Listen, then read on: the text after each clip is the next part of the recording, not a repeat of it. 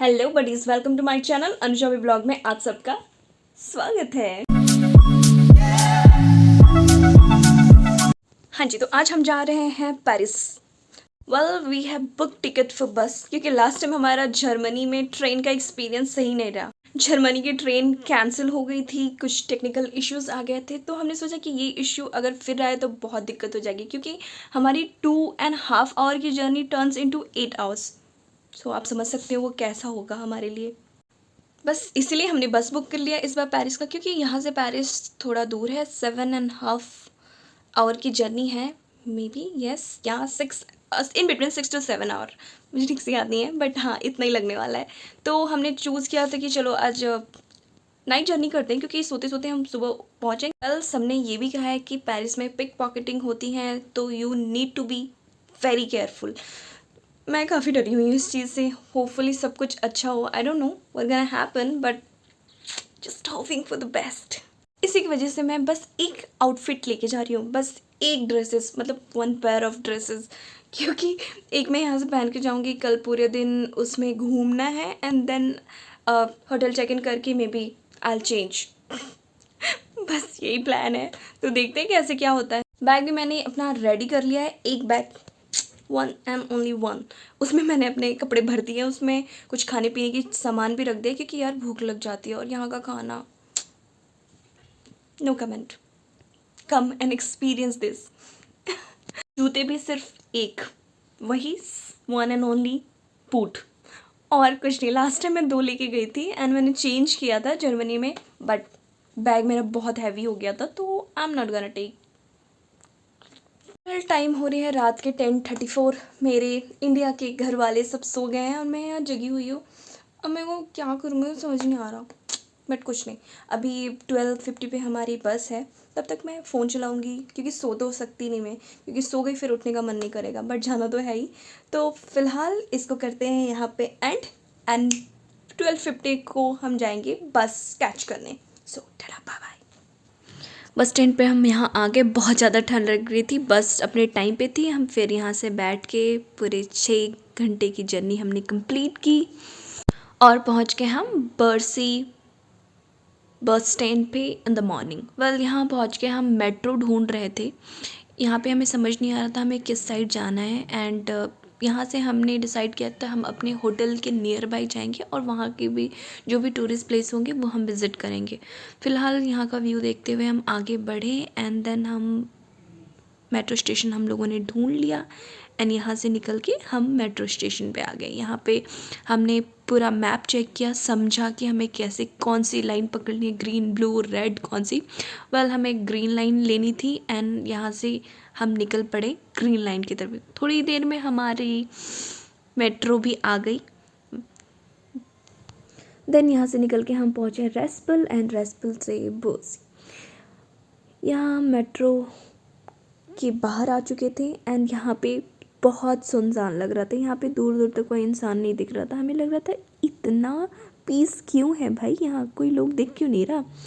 But हमने कहा कि चलो भाई आगे बढ़ेंगे तो कोई ना कोई दिख जाएगा, और ये था पेरिस टूरिस्ट ऑफिस। यहाँ से हम आगे बढ़े, एंड सुबह सुबह हम पहुँचे थे, तो बहुत सुंदर लग रहा था यहाँ का व्यू, एंड हमें भूख भी लगी थी। तो हमने सोचा कि चलो धीरे धीरे आगे बढ़ते हैं एंड देखते हैं कि हमें कुछ वेजिटेरियन ब्रेकफास्ट मिल जाए।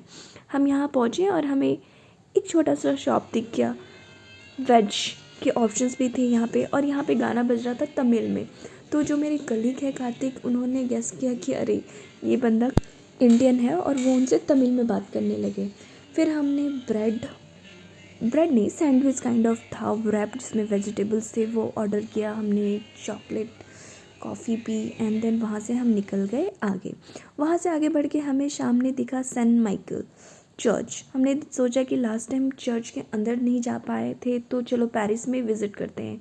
यहाँ पहुँचने के बाद हमने देखा कि प्रॉपर सिक्योरिटी चेकिंग हो रही थी, एंड जो कि काफ़ी सही था।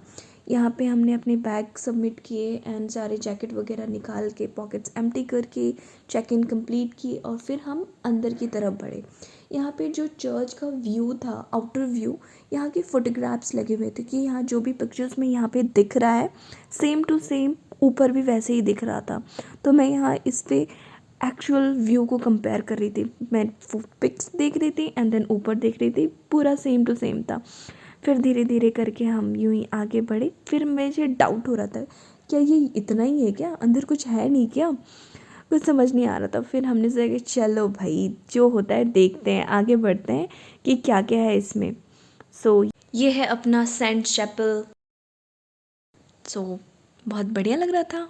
देखो देखो देखो, सामने दिए गए बोर्ड में पूरी डिस्क्रिप्शन दी गई थी इस चर्च के बारे में। देन हम घूमते घूमते घूमते सामने वाले फ्रंट डोर पे पहुंच गए।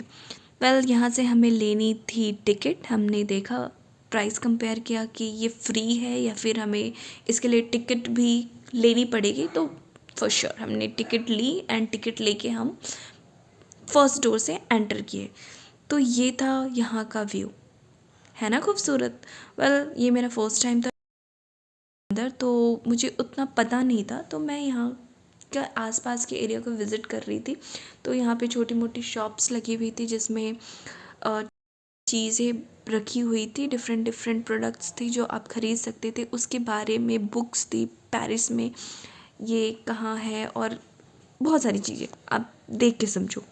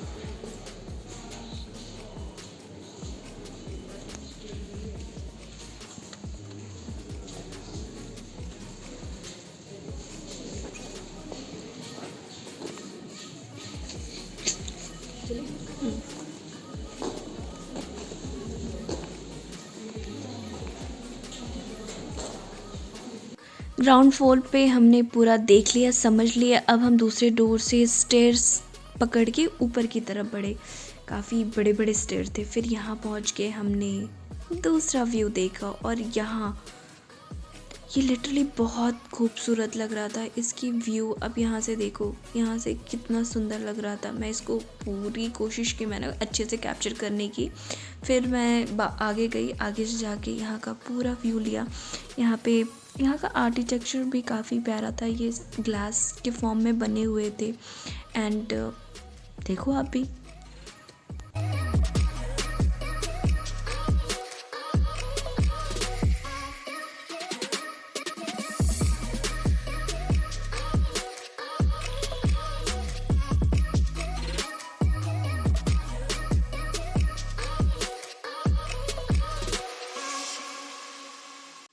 ये प्लेस क्यों इतना फेमस है, इसका रीज़न क्या है, ये सारे टूरिस्ट यहाँ क्या देखने आते हैं, ये सारी चीज़ें मैं नहीं बताने वाली इस ब्लॉग में, क्योंकि ये सारी चीज़ें आपको विकीपीडिया पे मिल जाएगी और मेरे से बेहतर एक्सप्लेनेशन आपको मिलेगा अगर आप इन डिटेल में जानना चाहो तो, फॉर श्योर।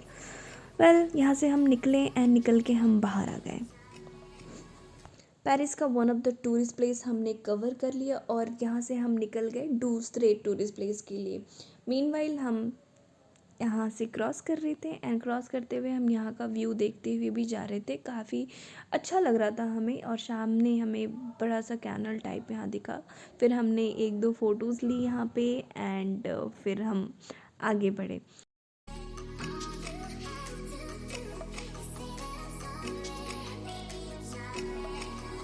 वेल मैं वीडियो ना बनाऊँ ऐसा हो ही नहीं सकता, तो मैं यहाँ खड़े होकर थोड़ी देर वीडियो बनाया मैंने एंड यहाँ से हम फिर आगे बढ़े। यहाँ से हमारा नेक्स्ट डेस्टिनेशन था Louis museum, but while going हम गूगल मैप का यूज़ कर रहे थे एंड इन बिटवीन हमें खूबसूरत एरियाज़ देखने को मिल रही थी, तो मैं इन सब चीज़ों को कैप्चर करके रखना चाहती थी और आप सबको भी मुझे दिखाना था। तो मैं बीच बीच में खड़े होके मैं ये सारे सीन ले रही थी एंड फिर वहाँ से निकलते हुए हम आगे बढ़े। तो देखो, मोनालिसा पहुँच गए। Yes yes yes. Google map की हेल्प लेके ऑलमोस्ट हम पहुंच गए थे, बट हमें एंट्रेंस नहीं दिख रही थी, तो हमें लगा कि मे बी आगे हो, तो आगे बढ़ते बढ़ते हम आगे गए और ये रहा फ्रांस की बस। तो हम यहाँ से आगे बढ़े एंड आगे बढ़ने के बाद लुई म्यूज़ियम के एकदम पास पहुँच गए। Louvre museum. Why are we here? We are here to see Mona Lisa. Yeah. अभी हम आउटर एरिया में ही घूम रहे थे। ये सारे मॉन्यूमेंट्स बहुत ही बड़ी थी। हमने यहाँ पे खड़े होकर कुछ वीडियोस लिए, कुछ पिक्चर्स लिए। सामने यहाँ पिरामिड फॉर्म में ग्लास का पिरामिड दिख रहा है, उसी के नीचे ही म्यूज़ियम था। बेसिकली म्यूज़ियम अंडरग्राउंड था। फिर हम यहाँ से आगे बढ़ के वहाँ से टिकट लिया, उसमें भी थोड़ी बहुत टाइम लगी एंड टिकट लेके हम सीधा नीचे अंडरग्राउंड म्यूज़ियम की तरफ बढ़े। अंदर जाके हमने टिकट बुक की। सो बेसिकली जो टिकट काउंटर था वो अंडरग्राउंड था एंड देन वहाँ से हम स्टेयर लेके और आगे बढ़े। Excited to see Mona Lisa? Of course. Let's go then.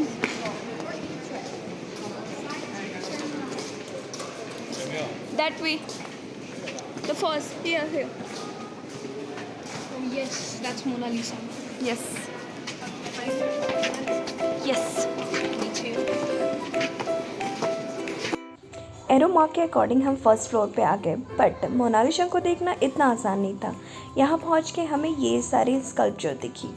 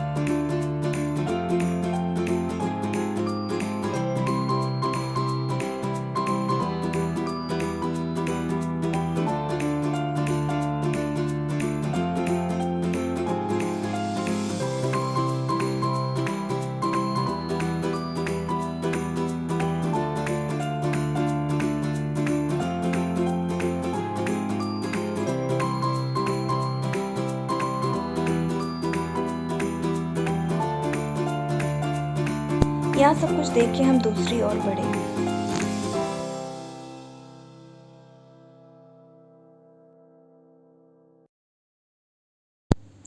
ये म्यूज़ियम मोस्टली फेमस है मोनालिसा के लिए। यहाँ पे जो भी लोग यहाँ आते हैं मोनालिसा को देखने ही आते हैं। वेल मैंने पिक्चर्स में तो मोनालिसा को देखा ही था गूगल पे, फ़ोटोज़ पे, बट लाइव देखने का एक्साइटमेंट कुछ और ही था। अपार्ट फ्रॉम मोनालिसा यहाँ पे अदर पेंटिंग्स भी थी जो यहाँ की हिस्ट्री को बताती है कि पहले कैसा था और क्या क्या था।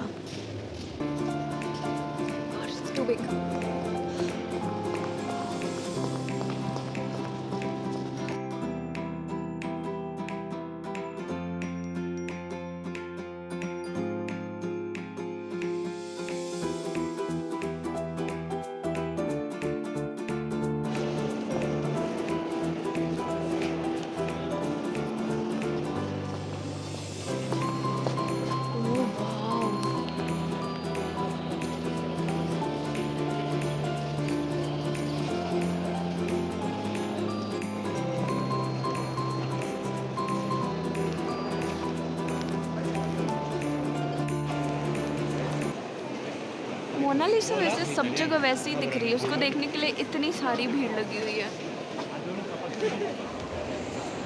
मैं भी इस भीड़ का हिस्सा बन गई थी। मैं भी मोनालिसा को देखने के लिए एकदम पास आ गई थी। यहाँ से आगे जाना अलाउ नहीं था, सिक्योरिटी गार्ड लगे हुए थे उसको प्रोटेक्ट करने के लिए। तो वहाँ हमने देख लिया एंड थोड़ी देर देखने के बाद मैं इस पिक्चर के सामने आई जिसके बारे में मोनालिसा की पूरी फीचर्स की यहाँ पे डिटेल दी गई थी। इसको पढ़ने के बाद फिर मैं आगे बढ़ी एंड आगे बढ़ने के बाद हमें ये शॉपिंग करने का मिला हुआ था। यहाँ शॉप कर सकते थे अगर आपको यहाँ कुछ भी पसंद आ रहा था, जिसमें मोनालिसा की पिक्चर थी, छोटी मोटी चीज़ें थी, बुक्स था। तो मैंने कुछ नहीं लिया यहाँ से बट मैं देखी यहाँ पे क्या क्या है। उसके बाद फिर हम और आगे बढ़े एंड मोनालिसा तो हमने देख लिया था। तो अब हमारा पूरा मूड था कि चलो अब यहाँ से हम बाहर निकलते हैं। काफ़ी बड़ा एरिया था और समझ में नहीं आ रहा था कि हम किस डायरेक्शन में जाए। वैसे एग्ज़िट का बोर्ड लगा हुआ था, उसको फॉलो करते हुए हम आगे बढ़ गए। बट साथ में पेंटिंग्स भी बहुत सारी थी, हर फ्लोर पे पेंटिंग सबसे ज़्यादा थी। फिर हम धीरे धीरे वहाँ से निकले एंड मैंने साइड में ये बड़ा सा खिड़की देखा। मैंने सोचा ये एरिया हमें दिखी क्यों नहीं। फिर मुझे ध्यान आया कि ये जो नीचे का एरिया दिख रहा था वो बंद है, इसके अंदर कोई नहीं जा सकता। दैट्स द रीज़न ये हमें दूर से दिखा नहीं।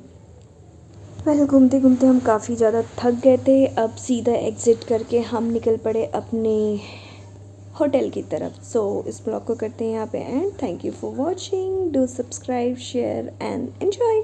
Tata, bye bye.